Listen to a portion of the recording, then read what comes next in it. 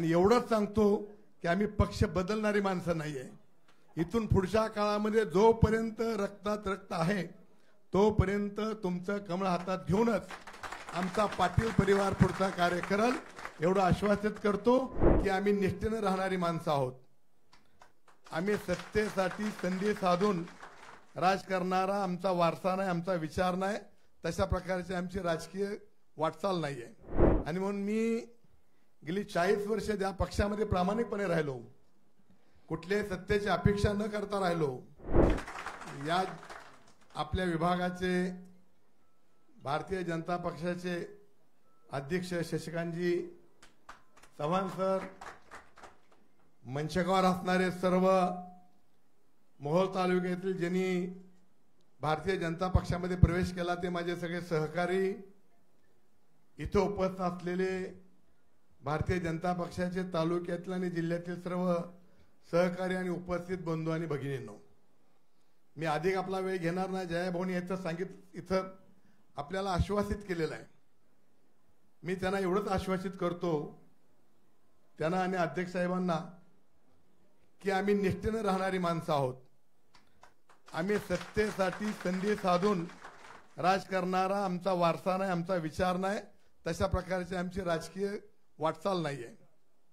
आणि म्हणून मी गेली 40 वर्ष त्या पक्षामध्ये प्रामाणिकपणे राहिलो, कुठल्याही सत्तेची अपेक्षा न करता राहिलो। इथून पुढच्या काळामध्ये भारतीय जनता पक्ष आदरणीय मोदीजींचं नेतृत्व या राज्यामध्ये, आदरणीय देवाभाऊचं नेतृत्व ही कसं भक्कम होईल, भारतीय जनता पक्षाचा विचार शेवटच्या माणसापर्यंत कसा जाईल, याच्यासाठी मी आणि आमच्या तालुक्यातील कार्यकर्ते हे भारतीय जनता पक्षाचा झेंडा घेऊन रात्रीचा दिवस करून या जिल्ह्यातील लोकांचं मतपरिवर्तन करून येत्या काळामध्ये जिल्ह्यामधल्या ज्या ज्या निवडणुका होतील त्या निवडणुका एकटा भारतीय जनता पक्ष आपला झेंडा तिथं लावल, अशा प्रकारची आपल्या सगळ्याच्या वतीनं, जुन्या नव्यांच्या वतीनं अध्यक्ष महोदयांना आणि आमच्या जयाभाऊने तर आश्वासित करतो। आणि एवढंच सांगतो की आम्ही पक्ष बदलणारी माणसं नाहीये।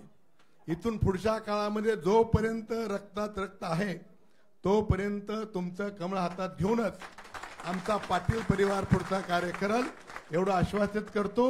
पुन्हा एकदा जयाभाऊंचं, आमच्या अध्यक्षांचं आणि सचिन दादांचं मनपूर्वक आभार मानतो। आपण सगळेजण आलात, आपल्या सगळ्यांचं मी मनपूर्वक आभार मानतो आणि माझे 2 शब्द संपवतो। धन्यवाद।